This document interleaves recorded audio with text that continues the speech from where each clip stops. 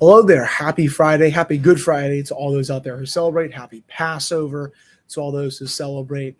Pittsburgh Penguins have officially clinched their way to the Stanley Cup Playoffs for a 16th year in a row. They defeat the New York Islanders 6-3 on Thursday night. The next game for the Penguins, a date with the Boston Bruins on Saturday, 12:30 matinee start. Casey DeSmith is going to get the start in that game. I have a full preview of that, plus takeaways from that game against the Islanders from last night coming up for this episode of the Locked On Penguins podcast.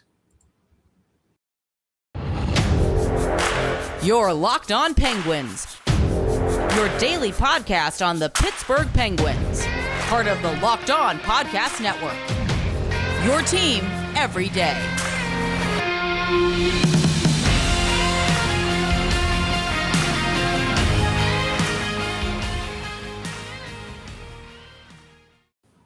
Hello and welcome to another edition of the Locked On Penguins podcast. I am your host, Hunter Hodes. Remember to follow me on Twitter at Hunter Hodes. Follow the show's Twitter at LO_Penguins. And of course, thank you all so much for making this your first listen of the day. So the Pittsburgh Penguins, as I said in my intro, have clinched their way to the Stanley Cup playoffs. It's basically been a formality since January when they've had this cushion for so long.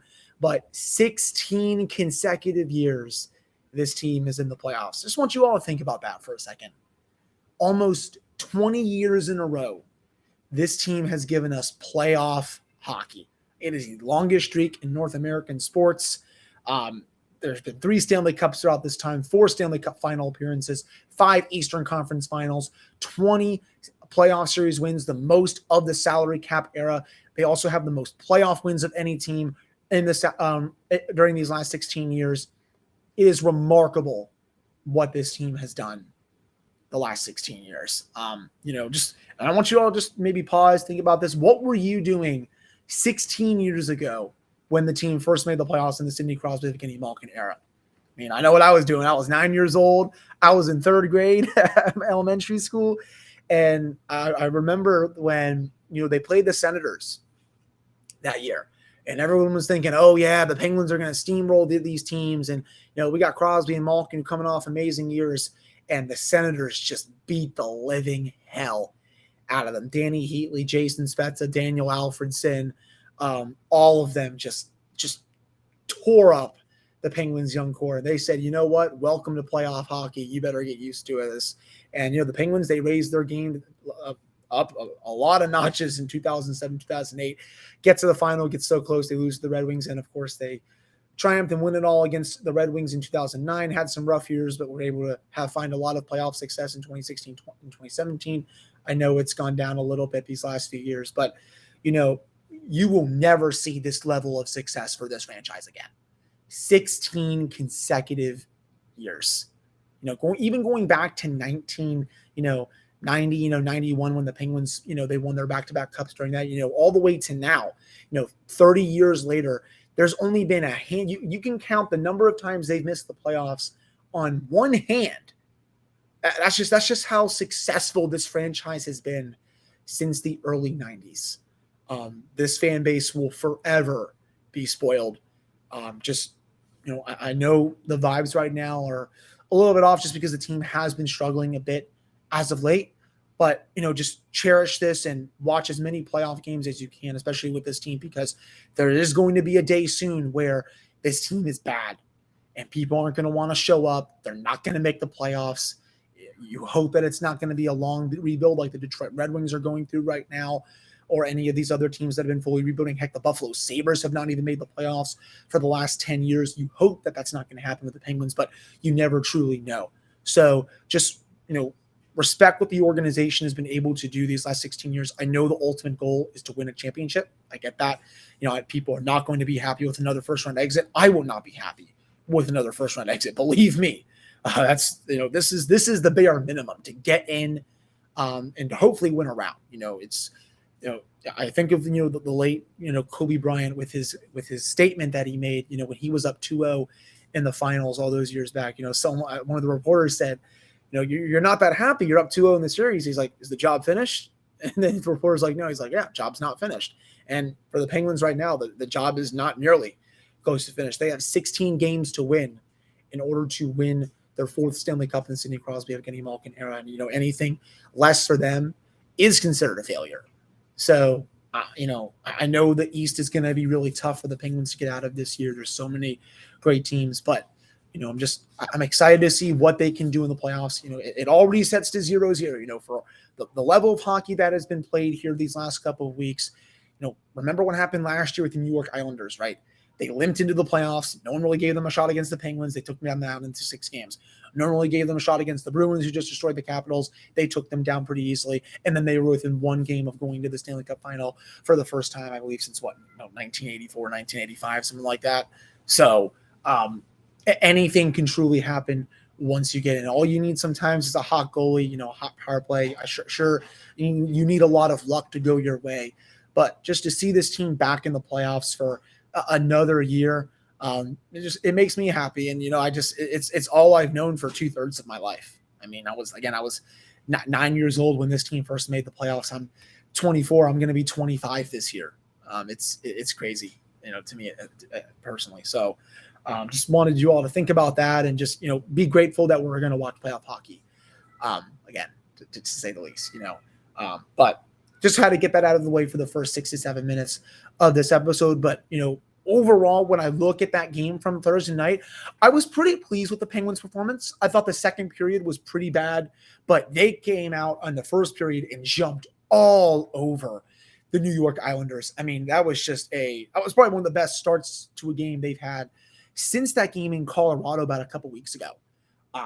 They were just forechecking really aggressively. The defensemen were timing their pinches really well in the offensive zone. A lot of times throughout this last week and a half, 2 weeks, the defensemen have been pinching at the right times, which has been leaving them vulnerable. I think back to the Chad Ruedel screw up. Remember when Tom Wilson scored that go-ahead goal last weekend with the Washington Capitals? Just a poorly timed pinch, going back the other way, 2-on-1, rips glove side over Tristan Jarry.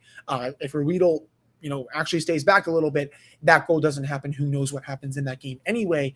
But, the Penguins, it looks like they've been learning from that a little bit, and they made some really smart decisions with the puck, I should say, in this game. That said, again, the second period, they've been definitely, I think, a bit vulnerable in that period as of late. I think Jeff on Penguins Twitter had been noticing that as well. He said to all of his followers, I saw the tweet at least that, to keep an eye on that. Can the Penguins keep their foot on the gas? They ended up not doing that, but they still had a period that was very reminiscent of the 2017 Stanley Cup run, where they get caved in basically the entire time. They've been getting caved in a little bit more than I would like recently, but they're able to withstand that barrage, score another goal. The only chance that they get, and they got solid goaltending from Tristan Jarry. I have an update on him coming up later on in this episode as well. And the Penguins are up 3-1 going into the third. And then, with how the Islanders struggle to score goals this year, that was all she wrote. Basically, I think the Penguins played a really nice the third period. It was pretty solid defensively. The Islanders really didn't have a lot of good chances, I thought, in that period. I mean, the game was basically over with 5 minutes to go. I know the Islanders made it 4-2 with 2:37 left. The Penguins were able to get an empty net goal. Then the Islanders got somehow another one, and then the Penguins got another empty net goal because Jake Gensel's closing in on 40 goals at this point. So outside, I think, of a couple of screw-ups late in the third period, I thought that was a really solid defensive period for the Penguins. They really cleaned up their act from how they played in the second period. So overall, I would say this was a solid 40 out of 60 minutes. The Penguins are going to need more of that. Well, the Penguins are going to need more than a solid 40 out of 60 minutes to win consistently in the playoffs. You can't take periods off, especially against some of the best teams in the league. I mean, the Washington Capitals lost last night, so the Penguins are up 5 points right now, which, again, it's looking like with 2 weeks to go in the regular season, it's still probably going to be Penguins-Rangers. And if the Penguins do get the Rangers, they cannot take periods off against that team. They play a style that is very hard to play against. It's very defensively minded, and the Penguins that's given them fits these last couple of postseasons. Heck, the last 3 postseasons, I should say, because they played the Islanders twice, and they played the Montreal Canadiens under Claude Julien, who also played a very defensive-oriented system that gave the Penguins fits. So I'll be curious to see,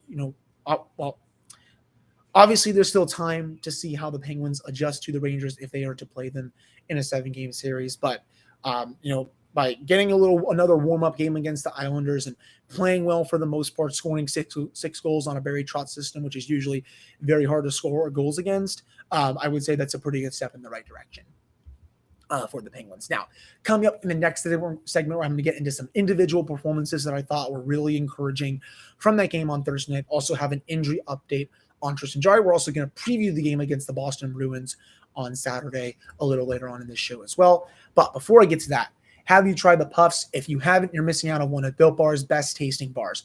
Puffs are the first ever protein-infused marshmallow. They're fluffy, they are marshmallowy, they're not just a protein bar, they are a treat, and they're covered in 100% real chocolate. Heck, all Built Bars are covered in 100% real chocolate. Yes, Puffs are included with that. Low calorie, high protein. Replace your candy bars with them as well. Heck, they are better than candy bars too. A typical candy bar can be anywhere from 200 to 300 calories.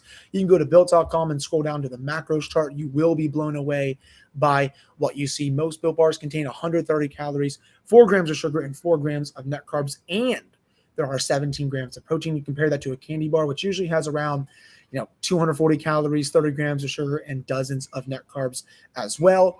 At Built Bar, they're all about the taste. They make it taste delicious first, then figure out how to make it healthy. I don't know how, but they pull it off every single time. So you can go to built.com, use promo code LOCKED15, and get 15% off your order. That's promo code LOCKED15 for 15% off at built.com. All right, we're back here on this episode of the Locked On Penguins podcast. I am your host, Hunter Hodes. Remember to follow me on Twitter at Hunter Hodes. Follow the show's Twitter at @L_Penguins. And of course, thank you all so much for making this your first listen of the day. All right, so individual performances that I personally really enjoyed from that game on Thursday night. I thought it was a big bounce back performance from Kris Letang, especially. He did not have a good game, to say the least, on Tuesday. Was brutal on the power play late in the overtime session. And he usually always follows up his bad games with some of his best games of the season. And I thought in all 3 zones last night, he was superb, had a great seeing eye shot that Ilya Sorokin did not see. And speaking of Ilya Sorokin, they were able to get, besides 2 empty net goals, 8 goals in 2 games against him. And, if you would have told me that would be possible last spring, the Penguins probably would have won that series. But he actually decided to be human in these 2 games and not play like God. So it's nice to see that Ilya Sorokin is indeed human and he's not just, again, God himself like he was during that entire series. Now, again, great game from Letang. Even defensively, he shut down some grade A Islanders scoring chances, got his 8th of the year overall with his goal. He's continued to play at a very high level. Danton Heinen gets his 16th goal of the season. He almost broke that career high. He almost should have had his 17th, but Sorokin had one heck of a save. I think if he just elevates that puck, I think that was I want to say that was late in the second. I believe it was in the second period. Yeah, he's able to bury that one. He would have had 17 again. That would be his new career high. But comes out of the penalty box. Brian Boyle with a beautiful seam pass right to him, buries it 5-hole. Past Sorokin. And, I've seen some people say, I don't really know what to make of this player. And, should he be scratched come playoff time? And, I don't really understand those kind of takes. This is a player that, I know he's streaky at times, but 16 goals is 16 goals. For me, I'm not taking that guy out of the lineup. No question about it. When a player is that close to 20 goals and he's played in your bottom 6 basically the entire year, why would you even think about taking him out of the lineup? I don't understand that.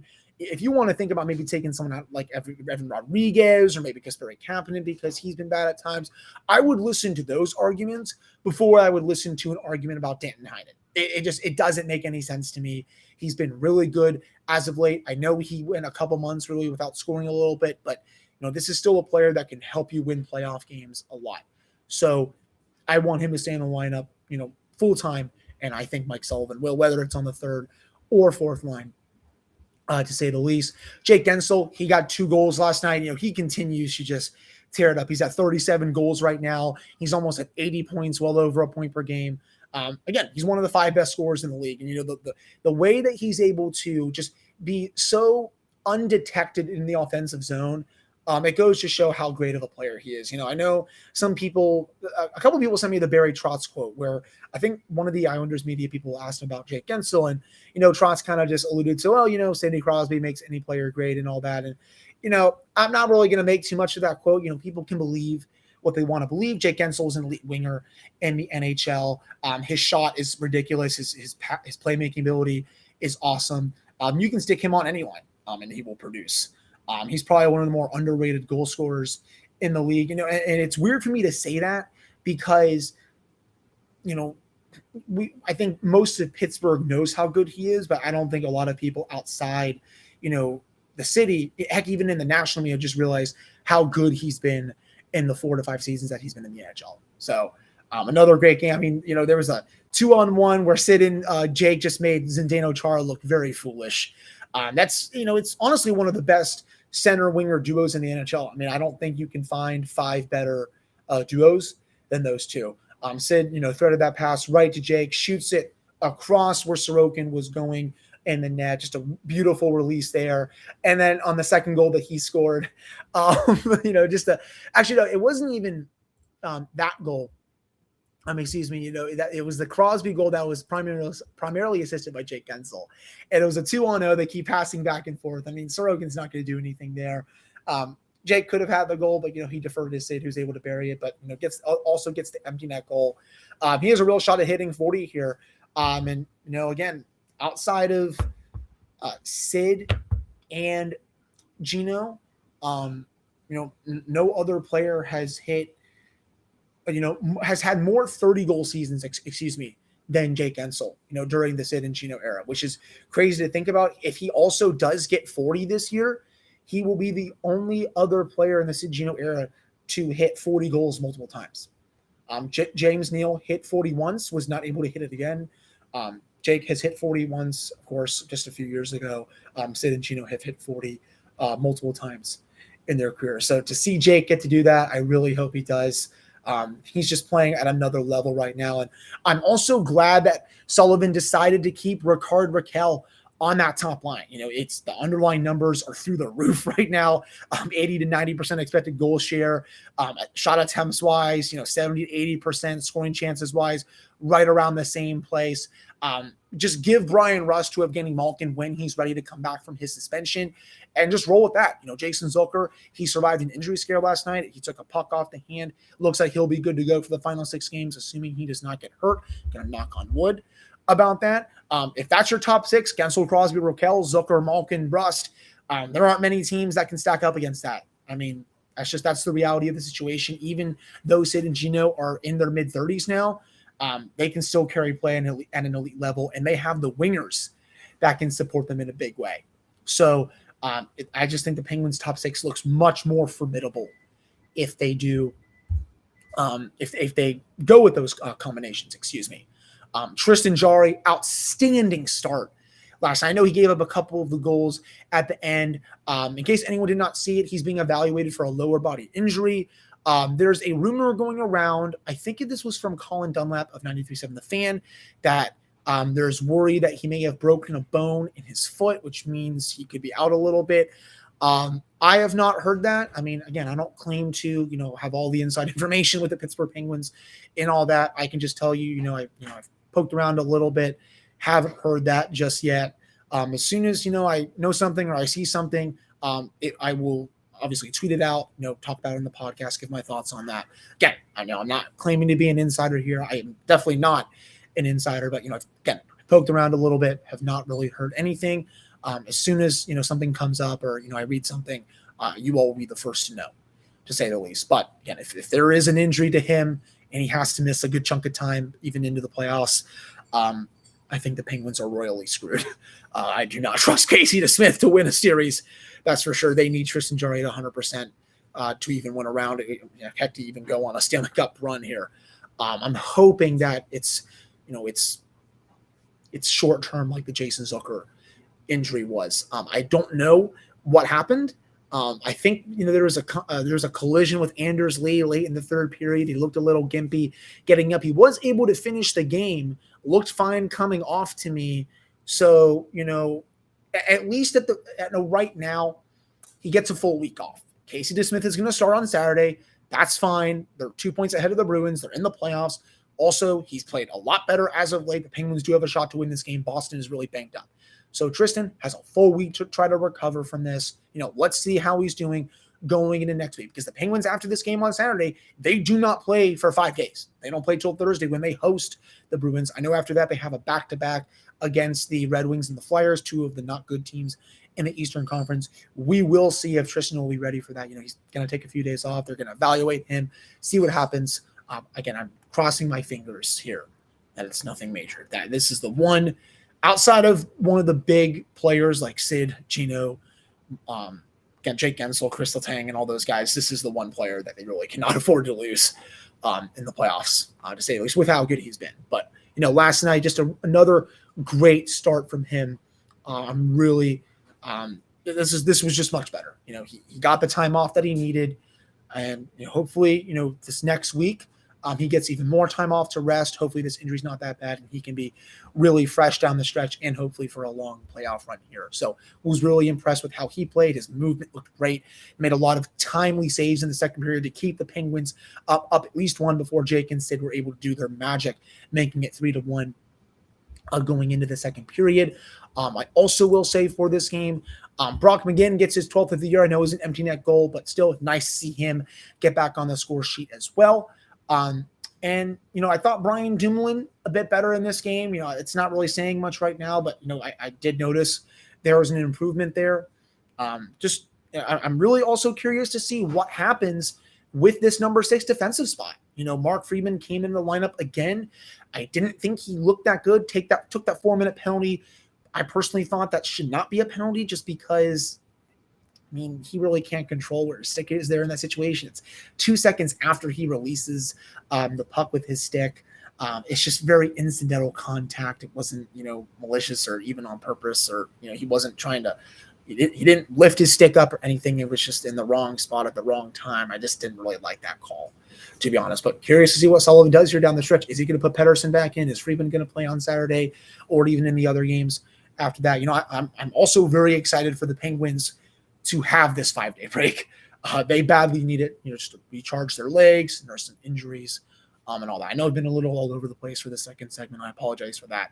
But just very excited with how that game was on Thursday, and I'm really excited to see what they can do against Boston on Saturday. Now, coming up in the next segment, we're going to preview that game against the Boston Bruins. But before we get to that, BetOnline.net is your number one source for all of your betting stats and sports info. You can find all the latest sports developments, league reviews, and news, including this year's basketball playoffs and the start of the Major League Baseball season. BetOnline is your continued source for all of your sports wagering info, from live betting to playoffs, esports, and more. You can head to the website today or use your mobile device to learn more about the trends and action that is BetOnline, where the game starts. Now, getting to our friends at the Mattress Factory Museum. Remember the Twitter prompts that we had about 3 to 4 weeks ago? So when prompted, sports are art. Sam Alves replied, art for sure, and linked a video of Ron Hainsey converting that goal against Nashville, 2017 Game 5, where he made the 2 Predators miss him on the hit and then converted that. I believe that made it 5-0 at the time. Mattress Factory replies, 100% art. Anytime a team wants to play aggressive, they have to consider that the Penguins backline are just as dangerous shooters as the offense. So remember, you can visit mattress.org/GoPens to get a free 1-year membership to Mattress Factory when you buy tickets to the Penguins Bruins game on April 21st. Again, all this comes from Mattress Factory, Pittsburgh's premier site-specific contemporary arts installations and museum. That's just a fancy way of saying actually immersive art. So remember, mattress.org/GoPens for that game, April 21st, Penguins Bruins. You can get a free 1-year membership when you buy tickets for that game. All right, we're back here on this episode of the Locked On Penguins podcast. I am your host, Hunter Hodes. Remember to follow me on Twitter at Hunter Hodes. Follow the show's Twitter at LO_Penguins. So Penguins Bruins for just the second time this year. You remember the first game that these two teams played.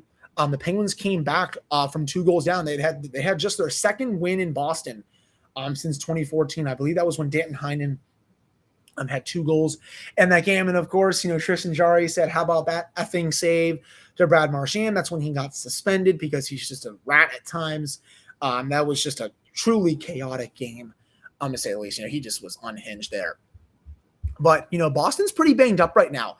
Obviously, Brad Marchand and Patrice Bergeron, they're incredible. They're going to be on the top line with Jake DeBruski's been pretty good. But, Linus Ullmark, he actually got hurt in that game on Thursday. I would expect Jeremy Swayman to start on Saturday. Barry, I don't have an update right in front of me, but I did see that he left the game. I think, again, he's banged up. Again, I would expect Swayman to play in this game. He has really not been that good this year. Ullmark has been the better goaltender. I think if he is healthy when the Bruins make the playoffs, he is going to be their starter. So it looks like both the backup goalies will probably be starting this game. Taylor Hall's been really good. Eric Hall is their second line center. Charlie Coyle centering the third line. But, in their bottom six, Craig Smith, he's not bad. Nick Foligno, not too terrible. I mean, Curtis Lazar, he's okay. But, Boston is not that deep. I mean, outside of, again, Marchand, Bergeron, Pastrnak, I don't think he's going to be in the lineup. Ullmark, again, was not at practice today. I also don't think Brandon Carlo, he's been banged up defensively. Hampus Lindholm has been banged up defensively.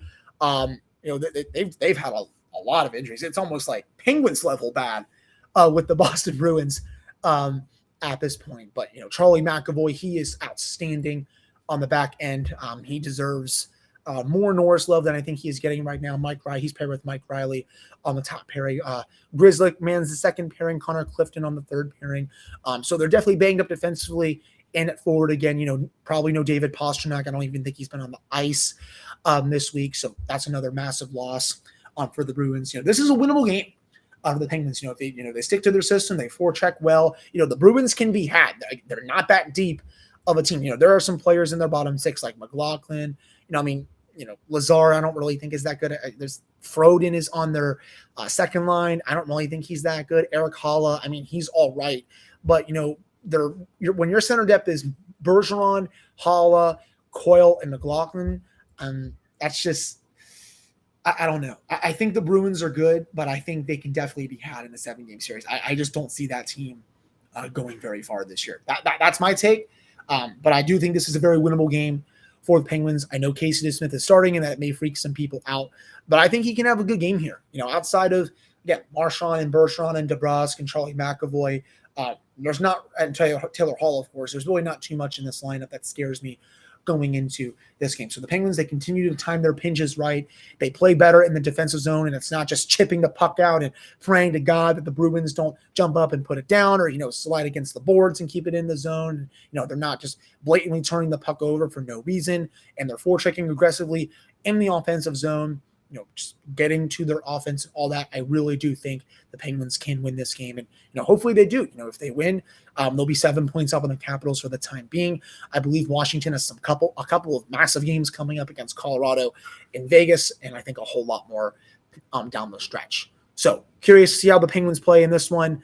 The vibe check is going to be very important. This is usually a building that has not been kind to the Penguins, but I will say the Penguins have won 2 straight at TD Garden. So maybe history is turning around a little bit here. It's almost like I shouldn't even say a mini home and home series. It's like a week-long home and home because, of course, when the Penguins play again, it'll be Thursday against the Boston Bruins. So 12:30 p.m. start time, NHL Network if you have it. If not, it'll be on AT&T Sports Network. And if you're in Boston, it'll be on NESN. If you want to listen to Jack Edwards, you may just be my guest. I will not be listening to Jack Edwards because I'm going to pick up my new puppy tomorrow. So I'm not going to be able to watch probably a lot of the game. I will be following it, listening to it. Again, on Monday, I will have a full recap episode when I watch the game back, see what happened and all that. But I hope you all have an amazing Easter weekend. Thank you all so much for listening to another episode of the Locked On Penguins podcast. Can't wait to deliver on some great playoff content for you all. Let's hope that it is a long run. I'm also thinking about I'm thinking about maybe keeping the beard. I'm not sure if I'm going to shave it yet. I'm just a very superstitious person. For those that are watching on YouTube, I've grown it out at least a little bit. But with 2 weeks to go, I haven't decided, should I shave it now and start it up again, or should I keep it, into the playoffs, which start in about 2.5 weeks? Just let me know what you all think about that, and let me know who you all want the Penguins to play in the Stanley Cup Playoffs. Leave a comment on YouTube, message, DM me on Twitter. Hunter Hodes, the show's Twitter at @LO_Penguins. Again, thank you all so much for listening to another episode. have a wonderful Easter weekend if you celebrate, a wonderful Passover weekend if you celebrate that. And I'll be back on Monday with another episode.